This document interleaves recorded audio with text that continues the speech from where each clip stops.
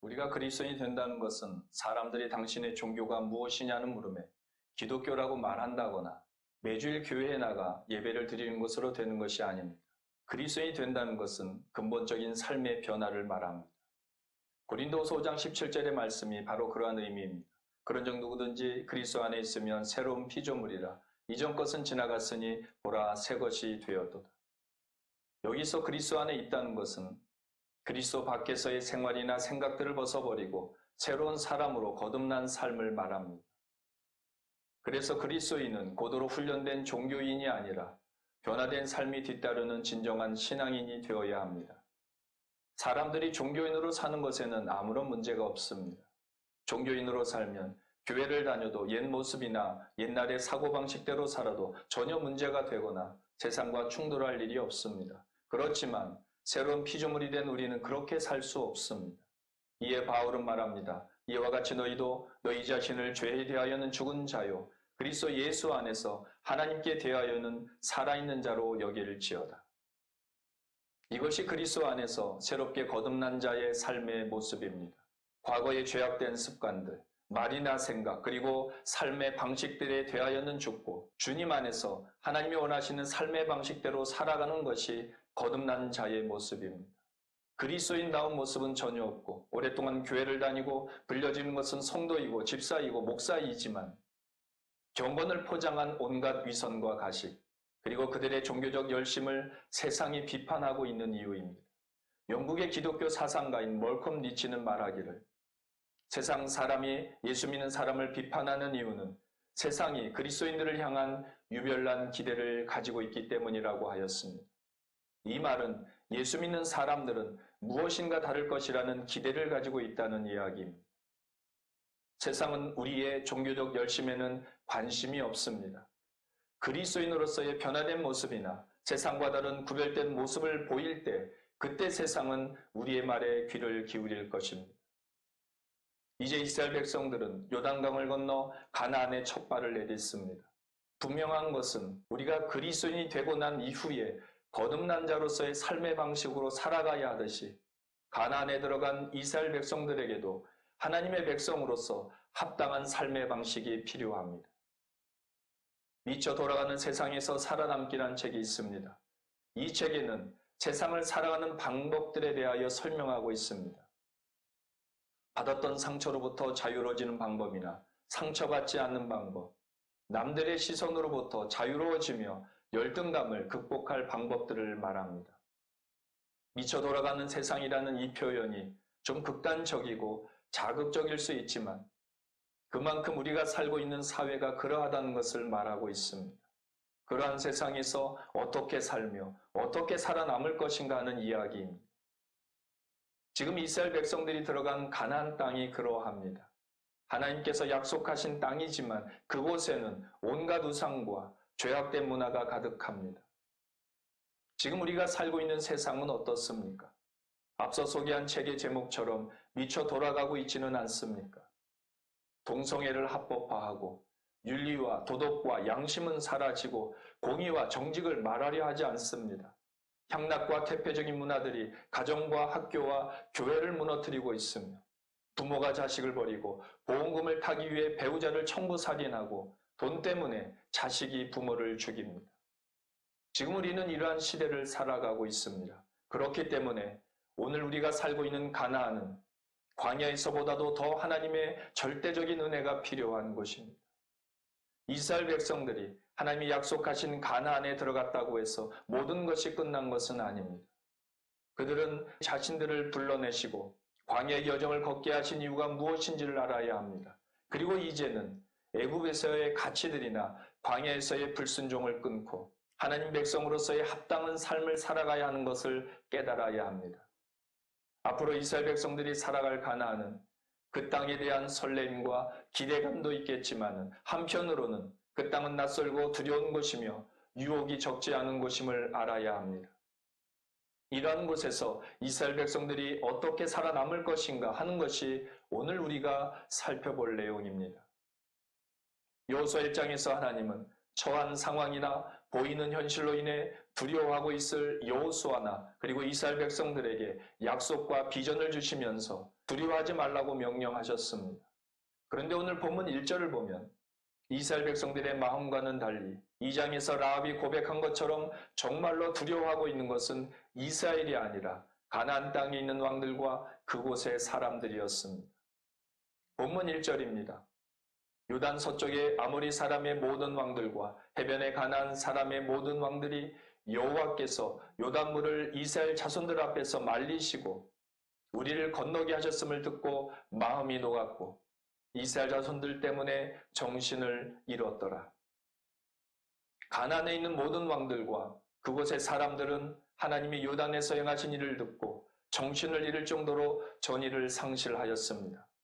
지금 적들의 사기가 떨어져 있을 때, 그리고 상대방이 정신을 차리지 못하고 있을 때 그들이 재정비를 하기 전에 공격하는 것이 일반적일 것입니다. 그런데 하나님은 뜻밖의 명령을 내리십니다. 이렇듯 하나님께서는 우리의 발걸음을 우리가 생각하지 못한 길이나 원하지 않는 길로 인도하실 때가 있습니다. 하나님께서 이스라엘 백성들에게 내린 명령들은 무엇입니까? 오늘 하나님께서 이스라엘 백성들에게 하신 그 명령은 우리가 가나안이란 현실을 살아가는 데 있어 하나님의 백성으로 산다는 것이 무엇이며 그리고 하나님의 백성으로서의 정체성을 가지고 사는 것이 무엇인지를 알게 하시는 명령입니다. 그렇기 때문에 오늘 본문에서 하시는 명령은 매우 중요합니다. 먼저 가나안에서 살아남기 위한 하나님의 명령은 무엇입니까? 그것은 할례를 행하라는 것입니다. 본문 2절을 보겠습니다. 그때의 여호와께서 여호수아에게 이르시되 너는 부싯돌로 칼을 만들어 이스라엘 자손들에게 다시 할례를 행하라 하시매. 본문에서 이스라엘 백성이 할례를 행할 시점이 언제입니까?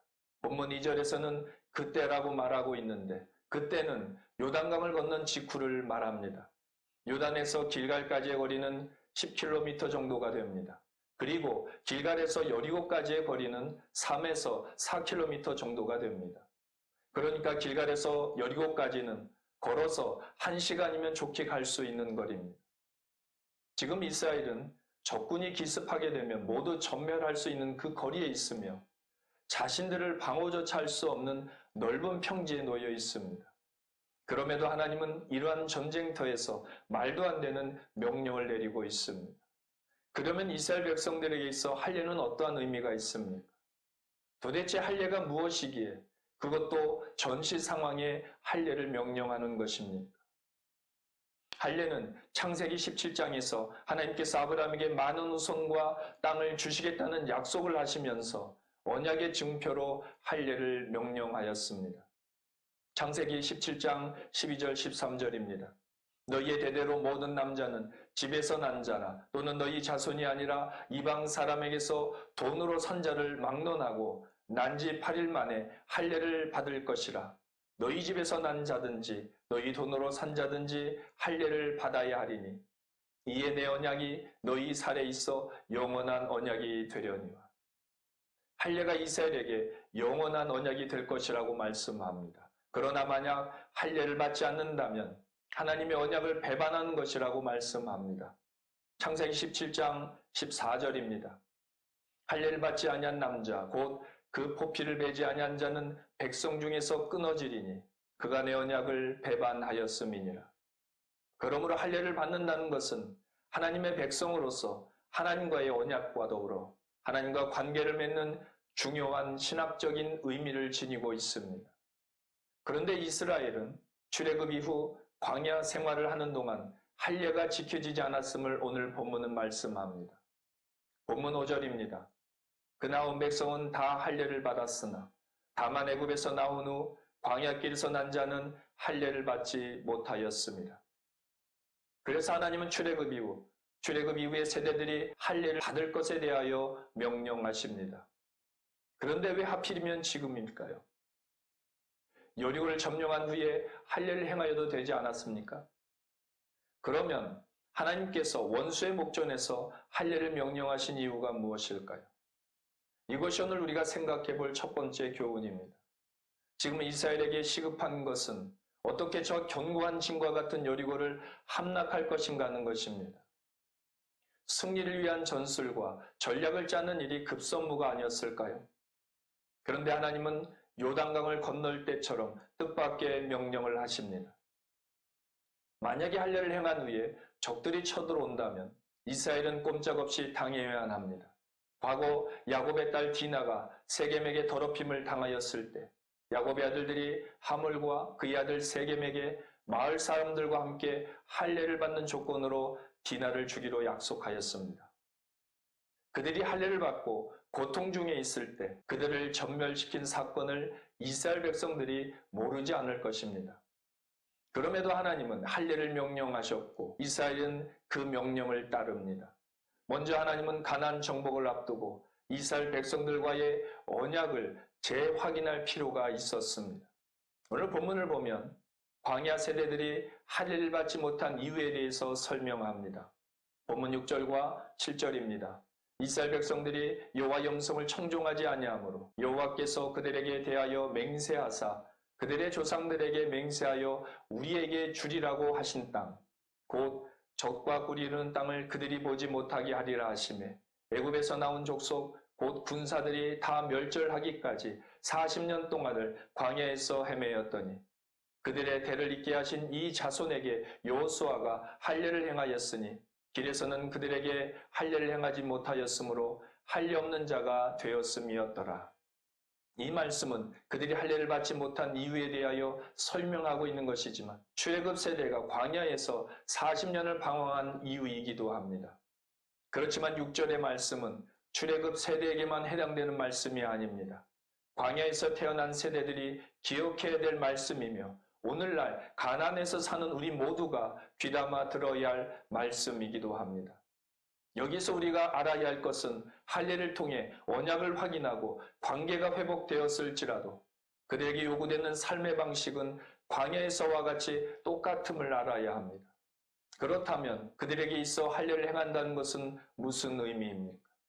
그들이 할례를 행한다는 것은 언약의 백성이라는 것을 재확인시켜주는 것이며 이러한 상황 속에서도 너희가 하나님을 신뢰하는가는 믿음과 순종의 삶을 살아야 한다는 것을 말하고 있는 것입니다. 그러므로 우리가 가나안에서 살아남기 위해서는 언약의 백성이라는 사실을 기억하여 할례를 행하여야 합니다. 그렇지만 할례는 육체적인 의식으로 그쳐서는 안 됩니다. 신명기 10장 16절에서 모세는 말합니다. 그러므로 너희는 마음에 할례를 행하고 다시는 목을 굳게 하지 말라. 마음의 할례 없이는 육체적인 할례는 의미가 없음을 말합니다. 출애굽 세대는 육체적인 할례는 받았을지 모르지만 마음의 할례, 즉 믿음과 순종적인 삶을 살려는 마음이 없었습니다. 지금 적들과 대치 중에 있는 이스라엘이 할례를 행한다는 것은 하나님을 향한 신뢰와 순종적인 삶이 아니고서는 할 수 없는 행위입니다. 하나님께서는 당신의 백성들이 당신을 신뢰하고 순종하길 원하시며 가나안에서 그렇게 살아야 한다는 것을 가르쳐주고 있습니다. 어떠한 상황 속에서도 세상적인 방법이 아닌 믿음과 순종의 삶을 선택하는 가나안에서의 삶이 되시기를 주의 이름으로 축원합니다. 두 번째로 가나안에서 살아남기 위한 하나님의 명령은 유월절을 지키라는 것입니다. 본문 10절을 보겠습니다. 또 이스라엘 자손들이 길갈에 진쳤고 그달 14일 저녁에는 여리고 평지에서 유월절을 지켰으며 하나님은 고통 중에 있는 이스라엘 백성들을 구원하시려고 애굽에 재앙을 내리셨습니다. 그리고 어린 양의 피를 바른 집은 죽음이 피해갔습니다. 그래서 죽음의 재앙이 넘어갔다고 해서 유월절 패스오버라고 부릅니다. 이 유월절은 출애굽 사건 때 지켰습니다. 그리고 출애굽 이듬해에 시내산에서 지켰습니다. 그러나 그 이후로는 지켰다는 기록이 없습니다. 이것으로 보아 광야에서는 유월절을 지키지 않은 것으로 보입니다. 그렇다면 하나님 여리고를 목전에 두고 왜 유월절을 지키라고 명령하셨으며 유월절을 지킨다는 것은 무슨 의미입니까? 우리가 유월절을 지킨다는 것은 하나님 여전히 신실하시며 당신의 백성들을 구원하신 그 은혜들을 돌아보며 기억하는 행위입니다. 은혜란 자격도 없는 자에게 호의를 베푸는 것입니다. 바울은 자기가 이룬 모든 것이 자신 안에 계신 예수 그리스도로 말미암은 것이라고 고백하였습니다. 이처럼 오늘 우리에게 주어진 모든 것들이 예수 그리스도로 인하여 주어진 것들임을 기억하시기를 바랍니다. 바로 이러한 은혜를 전에는 알지 못하고 깨닫지 못하였는데 예수님으로 인하여서 그분의 사랑을 보게 합니다. 그리고 내가 누구인지 알며 연약하고 죄악된 나에게 사명을 주신 것에 대한 기쁨과 감사함으로 살아가게 만드는 것이 바로 은혜입니다. 이것은 현실의 문제 앞에서 원래의 내 모습이 어떠하였는지를 깊이 묵상해 본다면 깨달을 수 있습니다. 오늘 우리의 문제는 무엇일까요? 오늘 우리의 문제는 하나님이 나에게 베풀어 주신 그 은혜를 알지 못하는 것이 문제입니다. 그렇기 때문에 여리고 근처에 도착한 이스라엘 백성들이 유월절을 지킨다는 것은 구원의 하나님을 신뢰한다는 의미이며 또한 하나님이 애굽에서 당한 수치를 불려내 보내셨듯이 앞으로 살아갈 가나안 땅에서도 동일한 은혜로 함께 하실 것입니다. 지금 그들은 약속하신 가나안 땅에서 그러한 하나님의 은혜를 다시 한번 되뇌이며 유월절을 지키고 있는 것입니다. 그리고 하나님은 그러한 의미에서 유월절을 지킬 것을 명령하고 있습니다. 그러므로 가나안 땅에서 살아남기 위하여서 우리가 해야 할 일은 유월절을 지키는 것입니다. 즉 다시 이야기해서 우리를 구원하신 하나님의 은혜를 날마다 기억하며 살아가는 것입니다. 그러한 이스라엘 백성들은 유월절 이튿날 그 땅에 소산물을 먹었습니다. 그 땅에 소산물을 먹은 다음 날 드디어 광야 40년 동안 내려주셨던 만나가 그쳤습니다. 본문 12절을 보겠습니다. 또 그 땅에 소산물을 먹은 다음 날에 만나가 그쳤으니 이스라엘 사람들이 다시는 만나를 얻지 못하였고 그 해에 가나안 땅의 소출을 먹었더라. 만나는 이스라엘 백성들이 주신 하나님의 은혜였습니다. 만나, 이 만이라는 것은 이것이 무엇인가 라는 뜻을 가지고 있습니다. 그 뜻처럼 세상에서는 맛볼 수 없었던 하나님의 은혜였습니다. 그러나 이제 약속의 땅으로 들어서면서 만나는 그치고 그 땅에서 나는 소산물을 먹기 위하여 수고와 노력을 해야 합니다. 그렇다고 해서 내 마음대로 살아도 된다는 말이 아닙니다. 가난해서 또 다른 은혜로 살아야 하는데 믿음과 순종적 삶을 사는 그러한 은혜가 필요합니다. 여기서 우리가 알아야 할 것은 가나안에서 하나님이 주시는 것들이나 그 방법들은 달라졌지만 하나님이 당신의 백성들에게 때를 따라 일용할 양식을 공급하신다는 사실은 바뀌지 않았습니다. 어떤 모양이나 방법으로든 그리고 우리가 어느 곳 어떤 상황 가운데 놓여 있을지라도 하나님의 은혜는 변함없이 임한다는 사실을 기억하시기를 바랍니다. 끝으로 가나안에서 살아남기 위한 하나님의 명령은 네 발에서 신을 벗으라는 것입니다. 여호수아는 여리고에 다다랐을 때에 하나님의 군대 대장을 만납니다. 그는 그곳에서 하나님의 임재하심을 경험합니다. 이때 하나님의 군대 대장은 여호수아에게 무엇을 명령하십니까? 본문 15절입니다. 여호와의 군대 대장이 여호수아에게 이르되 네 발에서 신을 벗으라. 네가 선 곳은 거룩하니라 하니 여호수아가 그대로 행하니라. 네 발에서 신을 벗으라고 명령합니다. 하나님은 출애굽기 3장에서 모세가 하나님의 부르심 앞에 섰을 때에도 동일한 말씀을 하셨습니다. 여기서 신을 벗는다는 것은 맨발을 의미하는데 맨발이 의미하는 것은 무엇일까요? 신을 벗었다는 것은 노예라는 표시입니다. 모세는 하나님의 신을 벗으라고 하였을 때 그것이 무엇을 의미하는지 알았을 것입니다. 노예에게는 그 어떤 권리도 없습니다. 하나님의 부르심 앞에 선 모세는 자신이 하나님에게 어떤 권리도 내세울 것이 없는 존재라는 것을 알았습니다. 여러분들은 하나님 앞에서 자신의 신을 벗었습니까? 가나안에서는 이전의 삶과 사고방식들, 세상의 모든 가치들을 포기해야 합니다. 그리고 그러한 것들이 나에게 안정감을 줄 것이라는 착각에서도 벗어나야 합니다. 하나님이 주신 약속들을 성취하기 위해서는 세상에 의지하는 것이나 추구하는 모든 것들을 포기해야 합니다. 성경에서 약속을 성취한 믿음의 사람들을 보면 하나같이 포기하였습니다. 아브라함이 그랬고 요셉이 그랬으며 다윗도 그러했습니다. 그들은 모든 권리를 포기하고 하나님의 주권적인 섭리하심을 믿고 따랐습니다. 그리스도인의 권리 포기라는 책에 이러한 내용이 있습니다. 포기하는 것은 잃어버린 것이 아니다. 하나님은 오늘도 그분의 음성 앞에서 자기 권리를 포기하고 믿음으로 사는 사람, 자기 힘으로 감당할 수 없는 것을 말씀하시더라도 그 말씀하신 하나님이 행하실 것을 신뢰하며 믿음으로 살아가는 사람을 찾고 계신다. 그러므로 권리 포기란 믿음으로 사는 것이다. 여러분은 그리스도인다운 믿음으로 살아가고 있습니까?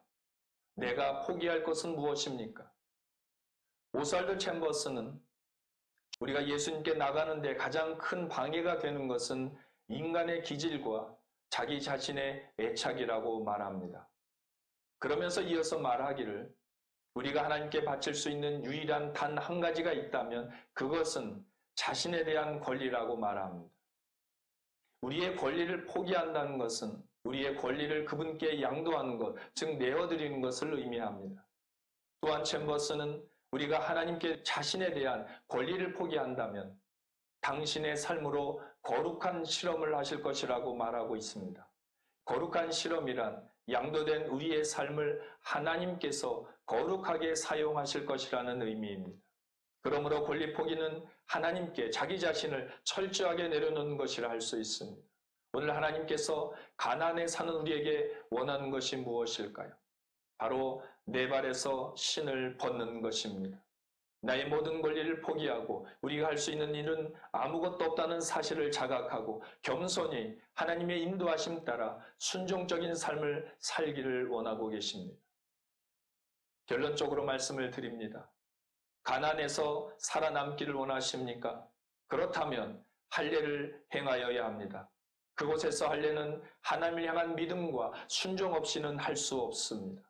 그리고 유월절을 지켜야 합니다. 가나안에서 우리는 늘 하나님의 은혜를 기억하며 살아야 합니다. 끝으로 내 신을 벗어야 합니다. 하나님 없이도 내가 무엇인가를 할 수 있다는 교만을 버려야 합니다. 내가 의지하는 것, 내 기질, 내 생각, 내 방법, 내 권리마저 포기해야 합니다. 그때 하나님께서 일하실 것입니다. 그것이 가나안에서 승리하는 삶의 방법임을 기억하시기를 바랍니다.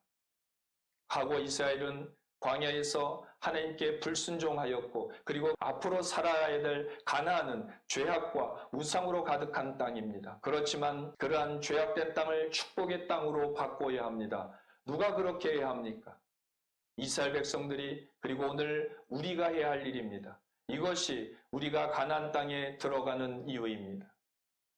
가나안에서 다른 민족들과 같이 있을지라도 그들의 문화에 동화되지 않으며 하나님의 방법으로 그리고 말씀과 순종의 삶을 살아가므로 오늘 우리가 구하는 모든 삶의 현장이 축복의 땅으로 변화되는 그런 놀라운 역사가 여러분들 통해 일어나기를 주의 이름으로 축원합니다.